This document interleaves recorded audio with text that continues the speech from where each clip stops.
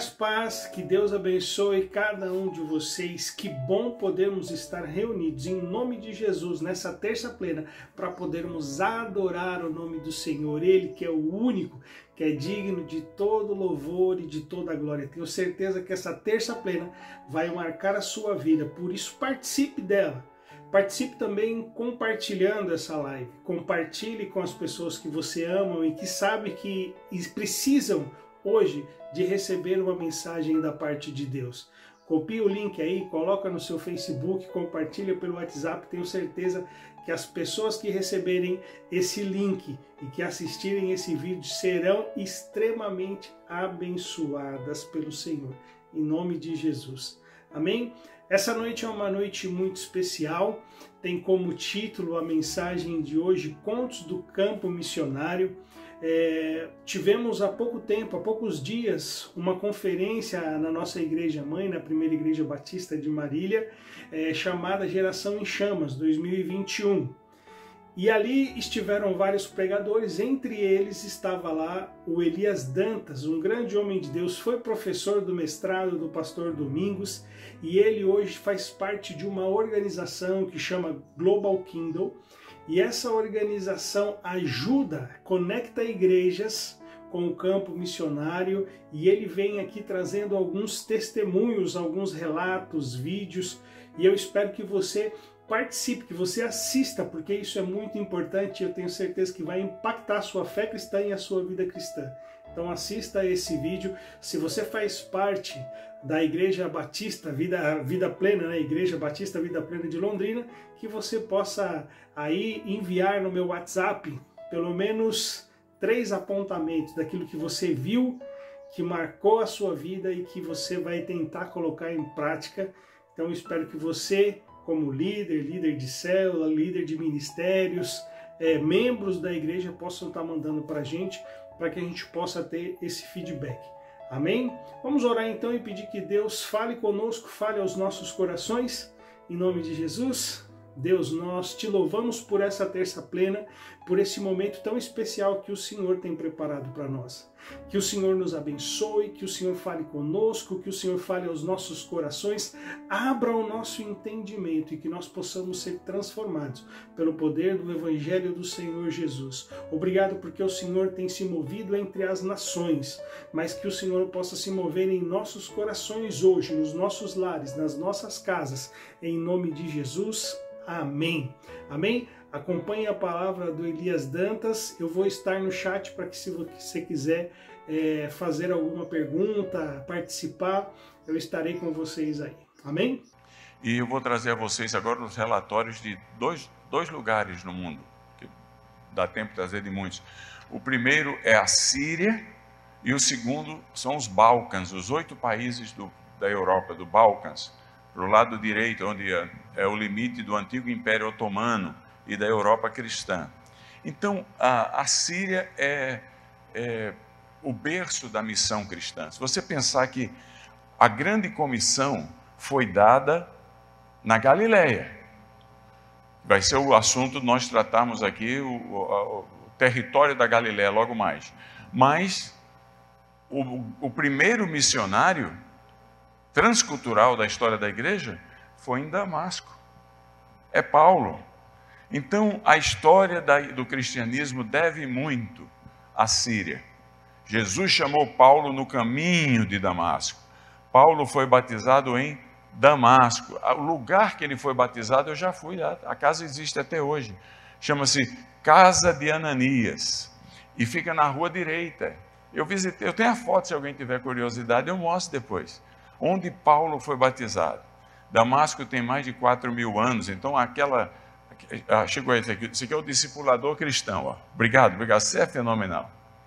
Esse aqui, recomendo, eu sou suspeito, mas manda abraço. Mas a muralha de Damasco é muito antiga, eu tive o privilégio de bater uma foto onde tem um balaio, simbolizando o lugar onde Paulo saiu da cidade no balaio, no cesto.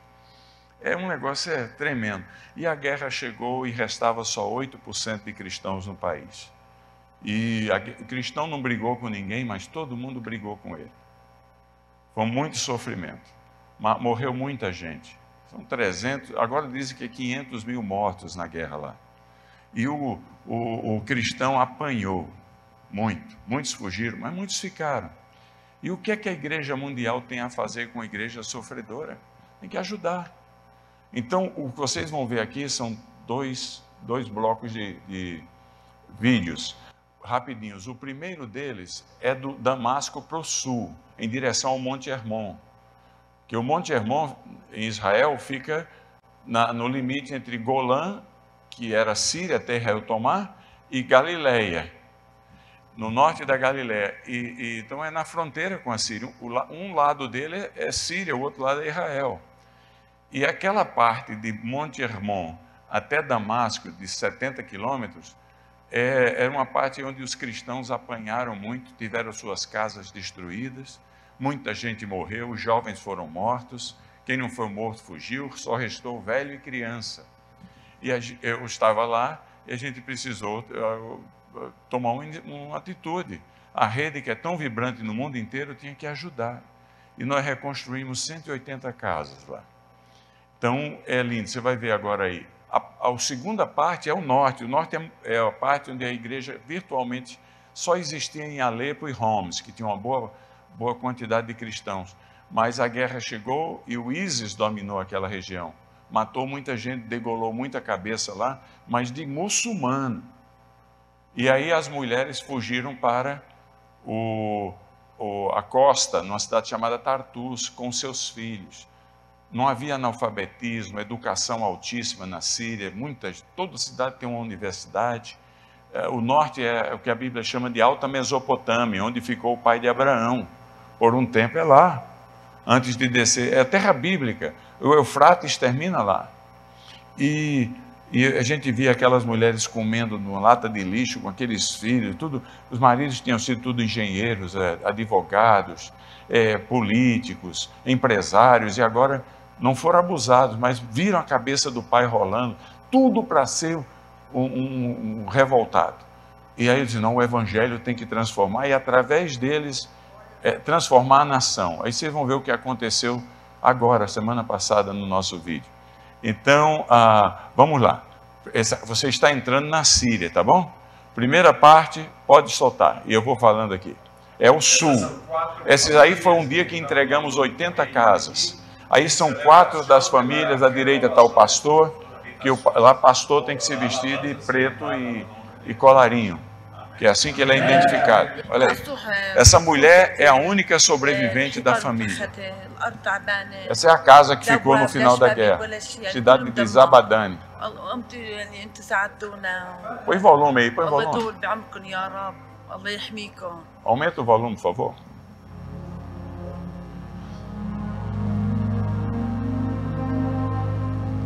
Olha como. Are you happy?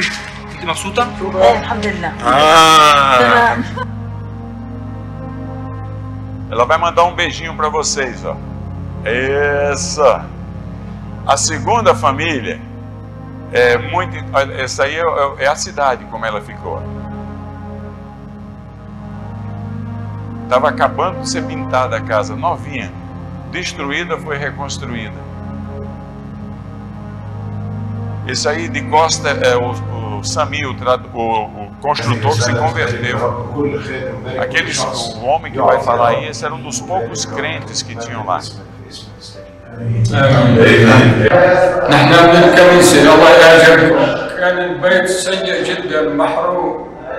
هلا أصبح البيت صحي جيد جدا. الله يعجبكم ويقويكم ويرد عنكم جميعا بجهود المؤمنين والمحسنين. الله يعجبكم على طول. خلينا إياكم. Essa próxima é uma família com 2 meninas. A única coisa que sobrou na casa dela era o vaso sanitário. Eu vi as meninas com uma tampa em cima do vaso sanitário fazendo dever de casa. Olha a cena que elas têm todo dia quando acordam. Ainda é assim, mas a casa delas está pronta. Olha a alegria. Felizes da vida. Olha como ficou a cozinha, que beleza. Não está arrumadinha? Yes. Agora estamos entrando em outra casa.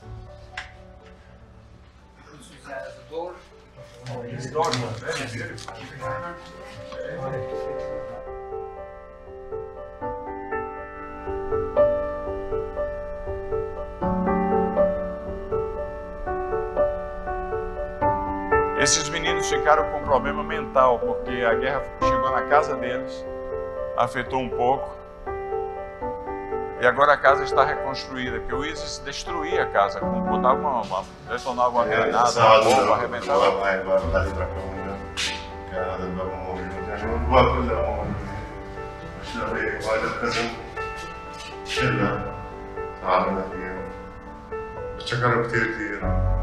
انه يعني الهلاوات الصعبه اللي احنا فيها انقذونا من يعني شغله الشنطه ورجعنا على بيتنا. هاي اهم شغله انه رجعنا على الزمن سكننا. You have been with so much difficulties. حتى في رغم ظروفنا الصعبه. But God is good. لكن الرب صالح. And our hope is that you dedicate your life to God. You can live here and enjoy His presence forever. Aí são outras casas que estavam sendo entregues no dia. Então, 80 casas foram entregues neste dia. Não é uma maravilha? Total de 180. Uma igreja foi organizada. Agora tem uns slides aí. Mostra o slide aí, companheiro. É importante. Esse era o local antes de começar essa é a rua dos cristãos. Olha o que é que o ISIS fez com as casas dos cristãos. Inabitáveis. A nossa tarefa foi reconstruir, para trazer vida, porque eles não têm mais jovens, pelo menos os velhinhos e as crianças iam ter dignidade para morar. E um dia, quando a história fosse contada, todas as casas foram reconstruídas com dinheiro de brasileiros crentes. Todas. Mais de $1 milhão, porque custa $6.600 para reconstruir uma casa. Muitas igrejas dava $100 por mês, $200 por mês, só isso, menos de um salário mínimo. No total, como eram centenas, reconstruímos lá. Coisa linda. Agora é assim que o ISIS fazia com a casa do cristão. Está vendo o C e a cruz? Eles vinham marcar onde estava o cristão. Então ele pintava o C e a cruz. E à noite, quando os cristãos estavam deitados, dormindo, eles miravam aquela casa que tinha o C e a cruz com a bazuca e explodiam matando as pessoas. É uma coisa cruel demais, cruel demais. E aí, o problema do meu irmão é meu problema, não importa que ele esteja lá, a igreja sofre, se um sofre, todos sofrem com ele. Então a gente tinha que fazer alguma coisa, foram reconstruídos, uma igreja foi organizada, está com 120 membros. Mas agora esse último slide aí, da parte de baixo, está vendo este homem, essa velhinha? Esse aí eu considero um herói na fé, porque nessa cidade, a coisa era muito dinâmica. Ele saiu para trabalhar um dia, quando ele voltou, a casa já não era dele. O ISIS tinha mandado as tropas e controlou a cidade. E um grupo de líderes ocuparam a casa dele. E ele voltou de casa, que é uma coisa horrível você voltar numa realidade de guerra, você não sabe, a guerra é uma tragédia. E ele então, quando chegou em casa, não deixaram ele entrar. Falaram que a casa não era mais dele, pertencia ao califado islâmico. Falou, não, essa casa é minha. Ele ficou um pouco nervoso, falando muito. Prenderam ele na casa e bateram nele 30 dias seguidos. Todo dia era uma surra. E no final de cada surra dizia, se você renunciar ao cristianismo e se você recitar o credo muçulmano, não a Deus além de Deus, Mohammed é o seu profeta, que é a profissão de fé islâmica, nós paramos de bater em você e nós lhe devolvemos a casa. Esse cara aguentou 30 dias apanhando, mas não negou o nome de Cristo. No 30º dia, enquanto o soldado do ISIS deu uma cochilada, ele escapou porque ele conhecia bem a casa e os arredores. E quando o ISIS perdeu a batalha na cidade, que eles perderam o país todo, quando perdeu a batalha na cidade, por vingança, quem morava na casa bombardeou a casa, destruiu a casa. Nós reconstruímos a casa, a rede reconstruiu, e aí é o dia em que ele e a mãe dele, está vendo ela com os docinhos aí na mão? O povo é muito carinhoso, trouxe estava recebendo a casa de volta, trouxe os docinhos, celebrando, sua alegre. Ele não tem, o resto da família foi morto, mas ser mártir é uma bênção, não é uma coisa ruim.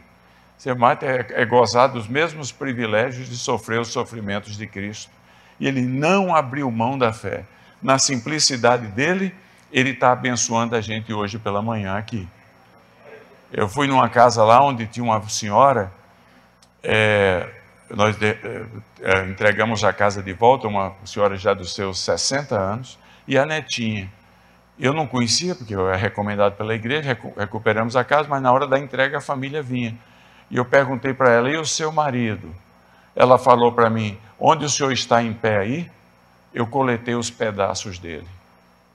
Ele estava deitado no sofá, veio um tiro, uma bomba, alguma coisa, arrebentou o teto da casa e caiu no sofá, só sobrou os pedaços do marido.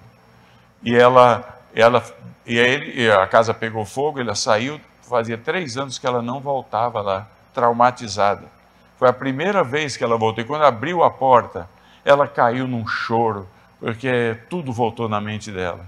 Aí a netinha dela falou, vovó, ela falou, diga, filho, mas está mais bonita do que era antes. É o Evangelho, ele faz nova todas as coisas. Louvado seja o nome do Senhor. Então esse é o Sul.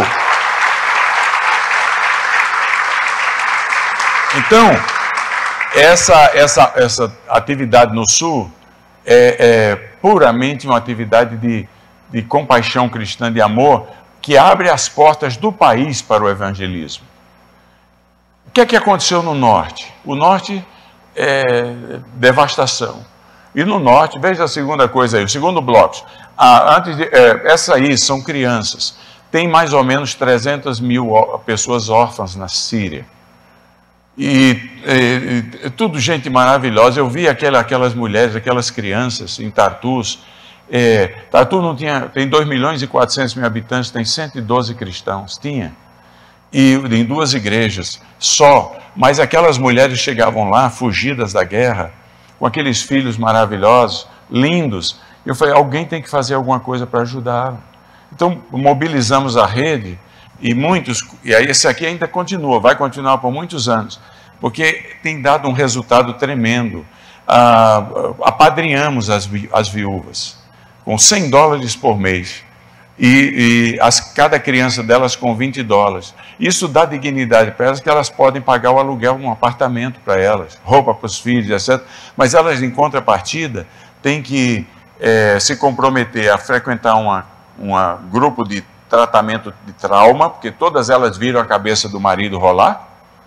Segundo, elas ficaram traumatizadas, porque perderam tudo. Segundo, elas têm que fazer um curso profissionalizante, porque para algumas delas já está chegando no limite, elas vão entrar a ganhar seu próprio dinheiro para manter sua casa. E terceiro, ela tem que frequentar uma célula para aprender de Cristo. Lembra, 100% muçulmanos, desde o começo. E em relação aos filhos, elas têm que dar reforço escolar, proteção aos filhos, roupa, etc., e mandá-los para a escola, e eles têm que frequentar uma célula semanal para aprender de Cristo. É parte do requisito. E começou isso aí 3 anos atrás. No dia do lançamento do projeto, eu falei para elas, vocês já aprenderam demais sobre o Deus da morte. Estava todas lá, com os filhos. O Deus da morte matou seu marido, destruiu sua casa, arrasou seu futuro. Se você quiser vir para esse projeto, você vem sabendo, não precisa vir, mas se quiser vir sabendo que aqui se fala do Deus da vida. Daquele que falou, eu sou a ressurreição e a vida. Aqui é cristão do começo ao fim. Fala-se de Jesus num contexto muçulmano. Para muçulmano se fala isso. E quando eu estava, é claro que eu pedi autorização ao pastor para falar isso aí, porque era para pôr em risco todo mundo ali. E ele falou, manda brasa. Mas para minha surpresa, uma delas começou com a língua e gritava o que eu não entendia, em árabe. E aí outra no outro canto, de repente você tinha o auditório daquela pequena igreja batista, lotada de aquela barulheira tremenda, e o pastor falou para ele, pastor, o que é que está acontecendo? Ele falou, elas estão respondendo o que você falou. E o que elas estão dizendo? Nós queremos Cristo, nós queremos Cristo. Coisa maravilhosa. Agora, veja o que acontece. Aí essa aqui são as crianças, filhas delas. Pela primeira vez tiveram um Natal em paz. E a guerra já vai há 10 anos. Estão cantando louvores a Jesus, ao invés de ficar recitando o Corão e planejar vingança para matar quem matou seus pais. É o Evangelho. Agora, semana retrasada eu estive lá. Conseguimos o visto, fomos lá, e olha o que aconteceu. Mostra o visto aí. Chegando lá, todas são altas, ó. Eu as vi pequenininhas, como é que já estão? Esse é o pastor da igreja.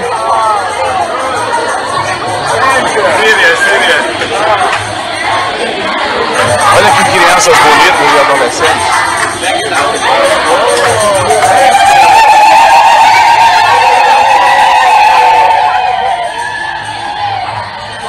Agora vai mudar o conto, vai mudar e eu vou entrar dentro da igreja. Aí fora estão os adolescentes, todos em cela. Estou entrando na igreja. Agora as mães. Eram todas muçulmanas traumatizadas, viúvas. Olha aí.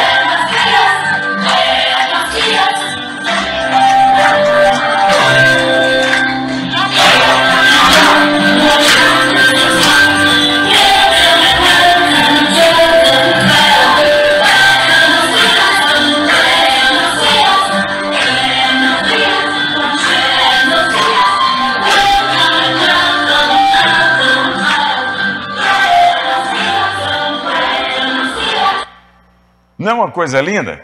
Tem mais alguma coisa aí ou não? Agora estão elas em celas. Ó, vem o número aí, ó. Lembra, ela é muçulmana, agora é crente em celas. Olha lá, ó, cela número 2.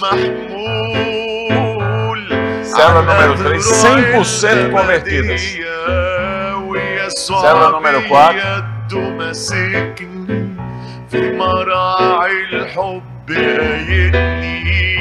ويسوع بيده مسكني في مراعي الحب آيتني ملك الملوك يا يسوع يا سيد نفوسنا في انتظار تاخدنا للأمجاد ونملى فيك بعناية. Algumas ainda têm véu, deve ficar no contexto.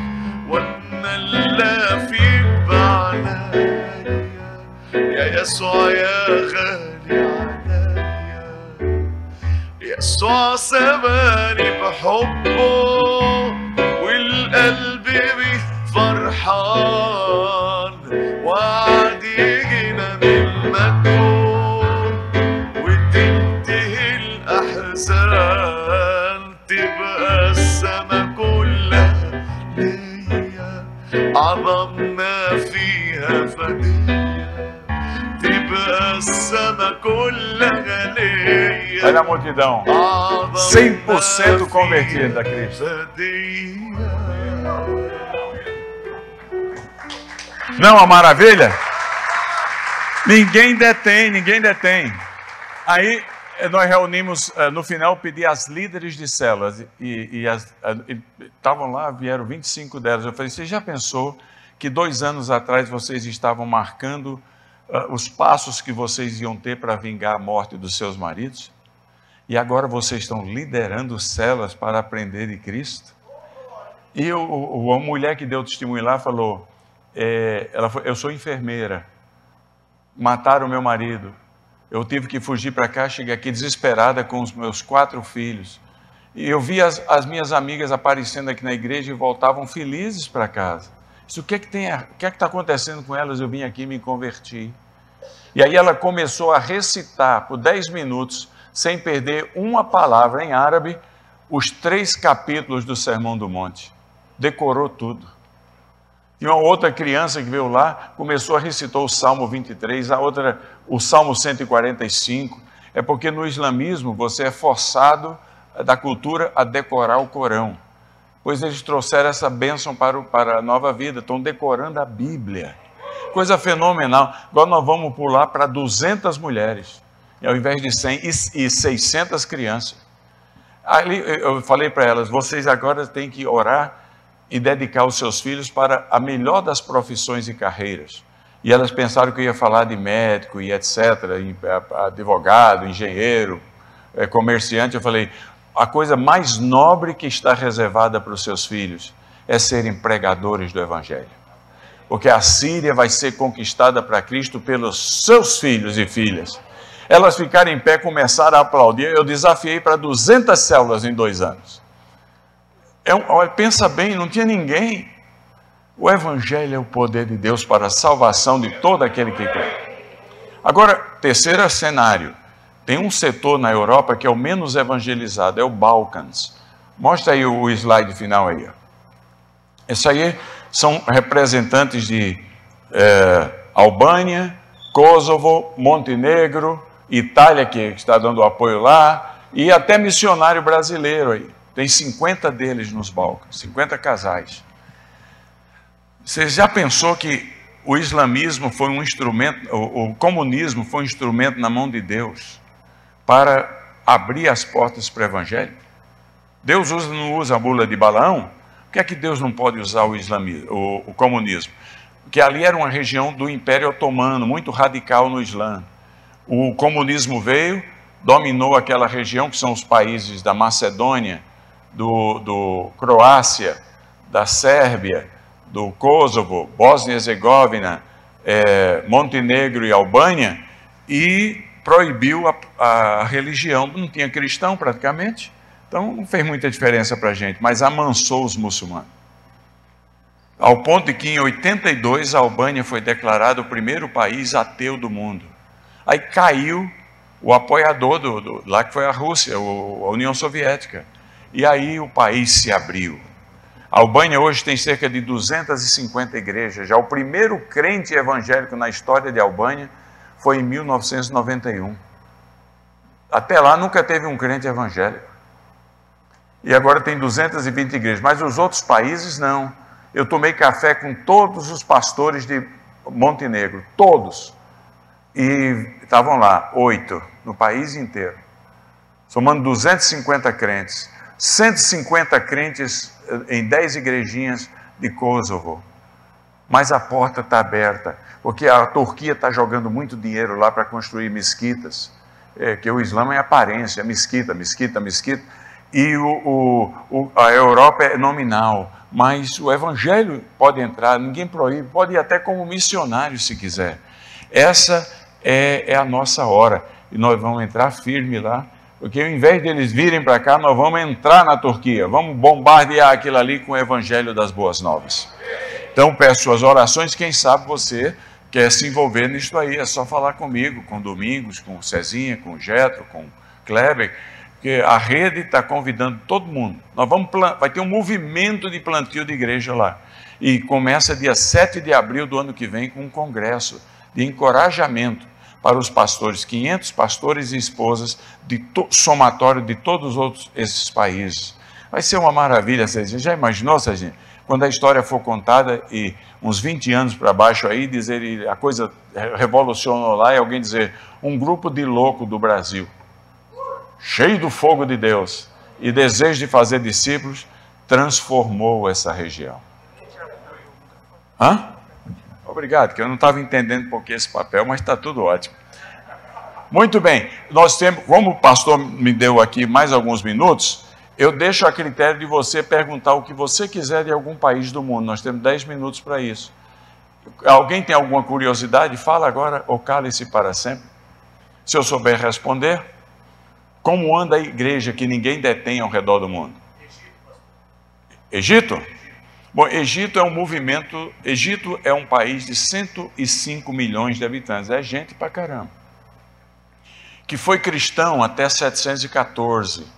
714, o Saladin, o conquistador, com 2.000 soldados, dominou um país que era cristão. Sabe por quê? Por causa das brigas entre os cristãos. Ele aliou-se a um partido cristão contra outro partido cristão. E foi essa tragédia que aconteceu depois disso. Nossa maior dificuldade, nosso ponto mais fraco, são os nossos tribalismos. A gente constrói os nossos silos e a gente não gosta dos outros silos. Fala mal dos outros. A gente se divide e aí se torna a nossa fraqueza. Mas Deus teve misericórdia. A igreja se manteve. No Egito tem cerca de 13% de cristãos.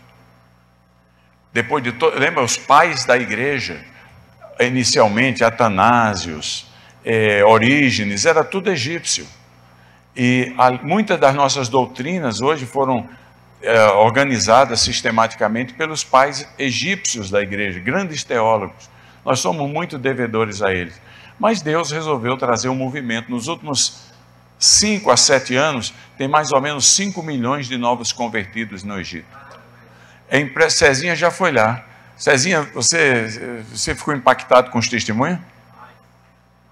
Qual foi o testemunho que mais lhe impactou lá?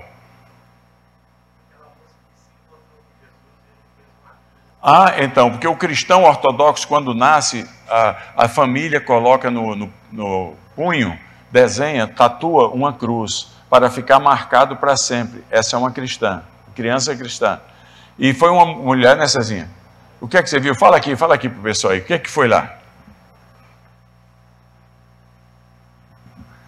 Essa moça, ela não conhecia, nem tinha ouvido falar de Jesus ainda.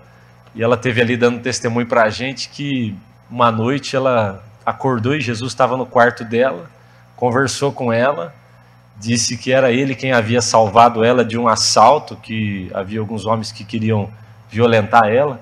E no final, ele segurou no pulso dela e falou: vou deixar uma marca aqui em você, para você nunca mais se esquecer de quem eu sou. E quando ela acordou, ela achou que era só um sonho. Mas de manhã ela tinha 2 cruzes, uma em cada pulso. E ela andou no nosso meio assim, mostrando aquelas cruzes lá. Foi demais. Milagre. É um caso atrás do outro. Porque, veja bem, quando o governo diz assim, você não pode pregar o evangelho, virou filé mignon. Porque Jesus é a palavra. Ele pode proibir a gente, mas não Cristo. Quando proíbem a gente de evangelizar, Cristo vira o evangelista. E é isso que está acontecendo. É uma pena para o governo que ousa dizer não pregue. Porque quanto mais o governo fecha, mais Jesus diz, deixa comigo. É assim, a coisa vai. Então, agora nós vamos ter um retiro lá. Todo ano um retiro todo em português. Se algum pastor aqui quiser ir, é agora em novembro. Já temos 122 que vão. Ficamos uma semana, 5 dias no meio do deserto, na terra onde os israelitas ficaram por 400 anos, a terra de Gósen, o delta do Nilo, terra onde mana leite e mel de verdade mesmo, que é maravilhoso lá. Mas a gente vocês vão ouvir os testemunhos. Teve uma mulher no último retiro que ela chegou para a gente lá e falou, hoje, eu estava traduzindo para o português, que é tudo em português, e ela falou, hoje é o dia mais feliz da minha vida. Eu falei, mas por quê? Ela falou, vou contar a minha história. Eu sou da Jordânia, de Amã, e eu me converti a Cristo. E no dia que eu me converti, meus 2 filhos se converteram também. E meu marido, que é muito praticante do Islã, não gostou disso e me expulsou de casa, porque no mundo muçulmano, Sharia, a mulher e os filhos são patrimônio do marido. Então ele falou, mas pelo menos não me matou. Me colocou para fora de casa, mas não me deu os documentos. Era para eu viver na rua. Minha família se sentiu desonrada e tentou me matar. Então eu tive que escapar. E eu escapei pela fronteira do Egito, com a Jordânia, lá perto de Acaba. E eu procurei aqui no Cairo uma igreja amiga. E eu sabia da existência dessa Casa Eldobara, porque a igreja no Cairo tem 5 milhões de muçulmanos no mundo muçulmano estudando sobre Cristo, no chamado Escola de Cristo. É um negócio fenomenal. É fenomenal de fato. O culto da igreja é visto por mais de 1 milhão de pessoas todas as semanas. E ela falou, eu vim aqui e a igreja me acudiu, me pôs na casa de refúgio, que são muitas casas que eles têm na cidade do Cairo, tem 20 milhões de habitantes, onde a pessoa vai e recebe um nome novo para sobreviver, embora o legal continue o mesmo, e vai ganhar, arruma trabalho. E ela falou, eu sou professora de inglês, eu comecei a dar aula de inglês.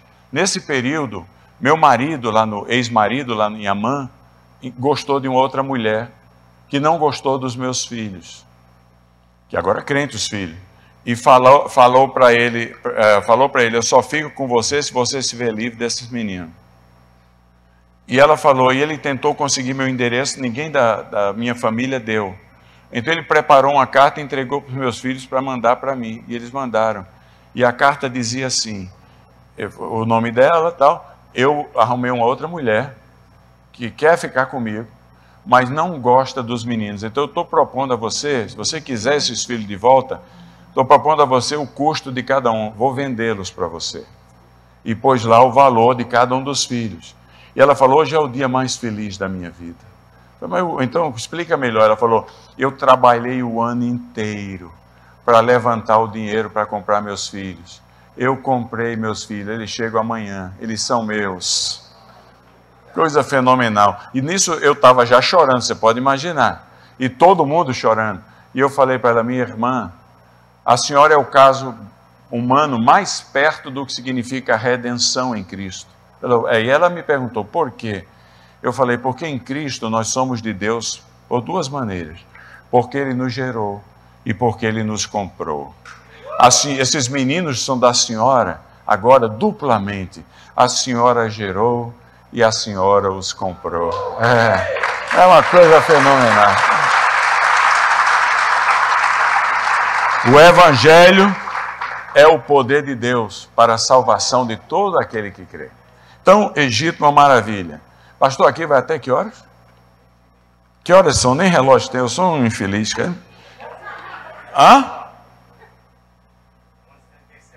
Então vamos lá, temos os 5 minutos finais. Esse é o Egito. Egito é a terra da promessa. Vez passada também vieram, teve um caso, um menino de 1 ano de idade sofreu um acidente, verdadeiro, e morreu, que foi levado ao hospital, mas faleceu. O médico, e a mãe, no dia que a mãe se converteu, ela andando, ela tinha participado de uma célula, que se conversão lá, ou Jesus aparecendo ou célula. E ela se converteu e naquele dia sofreu um acidente de automóvel, foi para o hospital, o menino morreu. E ela chorou desesperada. Como é que pode, Jesus? No dia que eu entrego minha vida, meu futuro, o perigo de vida meu, de morte, nas tuas mãos, meu filho morre. Como é que pode? No desespero. O menino, como era de noite, ele foi colocado na geladeira do mortuário do hospital para o dia seguinte preparar o corpo para enterrar.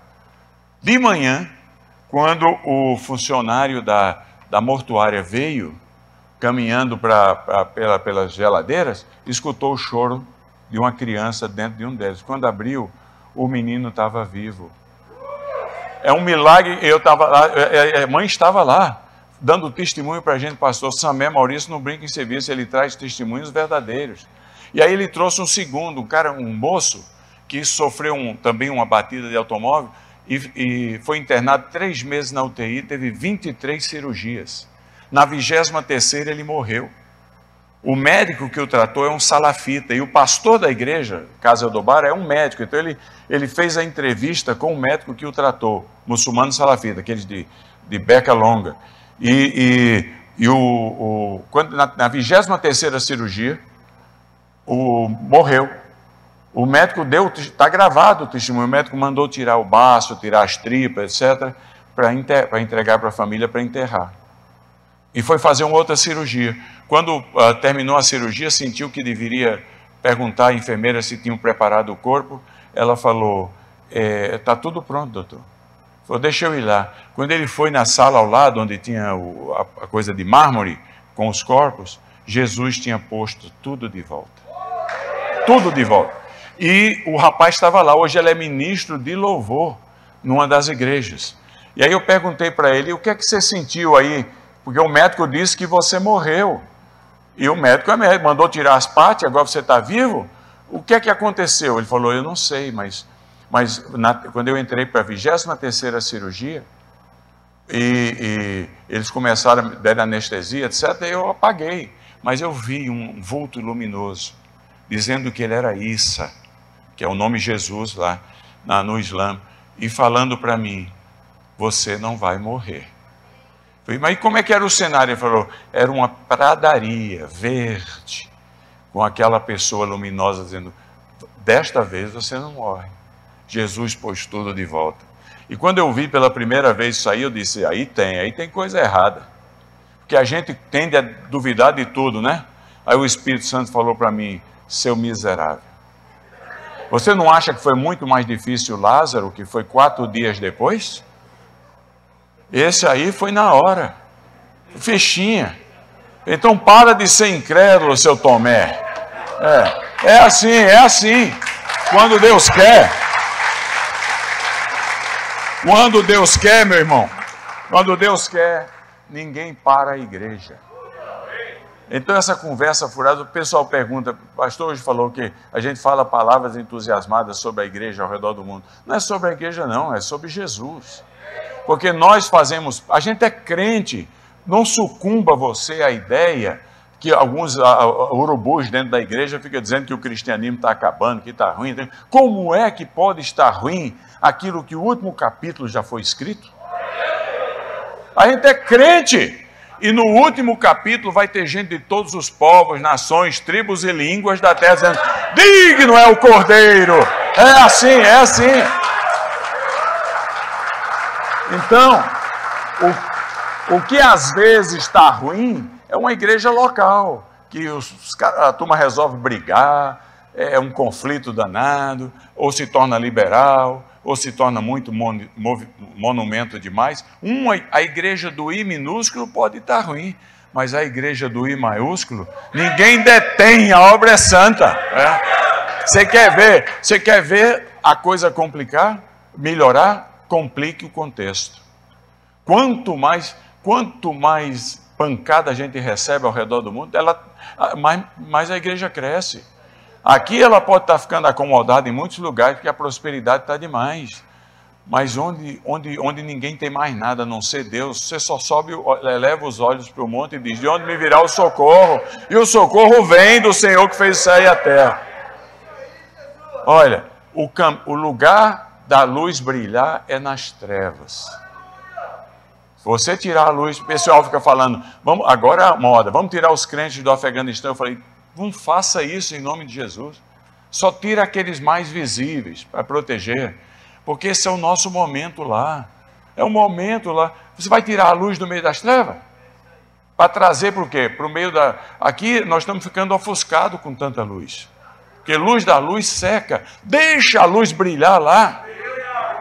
Aí o cara diz: mas vão matar alguns. Eu falei: e daí? O cristão não foi chamado para morrer? Se você não estiver pronto a morrer, você não é cristão, Porque a palavra sede minhas testemunhas, testemunha no grego é mártir, sede os meus mártires. Na verdade, é impossível a gente ser cristão e não ter morrido. Já morreu. Quando uma família lá no Líbano converteu-se a Cristo, a família num campo de refugiado, a família dela na Síria, 14 quilômetros de distância, mandou um bilhete para ela: soubemos que vocês viraram cristãos, nós abandonaram o Islã, nós vamos aí para matar vocês e matar crucificado. Eu conheço a família. O marido pegou o mesmo bilhete e escreveu atrás: quanto a matar não há problema, porque já morremos com Cristo. Agora, quanto a matar crucificado, pensa numa outra maneira, porque nós não merecemos a honra de morrer como morreu o nosso Salvador. Pronto. Quer vivendo, quer morrendo, se tornam coisas relativas. O importa é que Cristo seja glorificado, porque nós somos dele. Então o pessoal fala: a igreja está sofrendo, mas o sofrimento é parte da glória. O sofrimento, eles estão sofrendo onde eles são mais necessários. Mas não há um país no mundo, nem mesmo nós, quando o evangelho chegou aqui, que não teve sua cota de mártires. A igreja caminha sobre o sangue dos seus mártires, que eles inspiram, eles transmitem fé, esperança, coragem, ousadia. Meu amigo Dishan, lá da presidente das Assembleias de Deus no Sri Lanka, ele tem 1000 obreiros trabalhando com ele. Ele me manda os vídeos quase que todo mês. A única coisa que eles podem dar para eles é uma moto, 50 cilindradas, para ir pregar o evangelho. Ele falou: todo domingo eles saem para pregar nas vilas do Sri Lanka, onde tem islamismo e budismo radical. Todo domingo voltam alguns sangrando. Eles apanham, eles sofrem, aquelas bombas que os terroristas puseram nas igrejas, 2 foram igrejas católicas, uma outra foi a dele, a People's Church, 10 mil membros, a Assembleia de Deus em Colombo, mataram 29. E eu perguntei para ele: e aí, Dishan, como é que está? Ele falou: melhor do que nunca. Porque você pergunta, por que é que esses caras estão indo para levar couro? Pai de família, volta sangrando. Aí você conversa com eles, você pensa que eles vão estar tristes, preocupados. Eles dizem, tende por motivo de grande alegria o passar por aflição. Porque a aprovação da fé, uma vez confirmada, produz perseverança. Nick, eu estou contando os casos, está vindo na cabeça, está indo tudo bem ou não? Nick, um amigo meu, foi na China fazer uma pesquisa numa zona rural sobre as igrejas celulares rurais, escondido. Escreveu um livro, A Loucura de Deus, está traduzido para o português. Ele é um PhD, sociólogo. E puseram 120 líderes de célula com ele lá. 117 na fazenda vieram, 3 não vieram. Conversaram das lutas, da opressão, aquele negócio todo, perseguição, e eles foram dormir. Mal tinha deitado, começou um choro lá no outeiro, que é à frente da casa. Ele saiu da casa, do apartamento dele, na casa de campo, que dava para a varanda, olhou, viu o povo rolando, chorando no chão. E aí ele desceu para saber o que estava acontecendo à meia-noite. E com a ajuda do tradutor, o tradutor foi lá e voltou, e ele disse, o que está acontecendo? Por que é que eles estão chorando nesse desespero? Aí o tradutor falou, que era chinês, falou, é porque chegou a notícia de que os 3 que não vieram foram presos pela polícia. Aí ele falou, e já puseram na cadeia. Falou, eles estão chorando por causa dos 3 que foram presos? Ele falou, não. Então por que eles estão chorando? Esse desespero. Estão chorando porque eles estão desesperados, perguntando a Deus, o que é que há de errado com eles que estão livres? É diferente, diferente. Esse primeiro amor nós não temos. Graças a Deus que não precisa dessa manifestação aqui.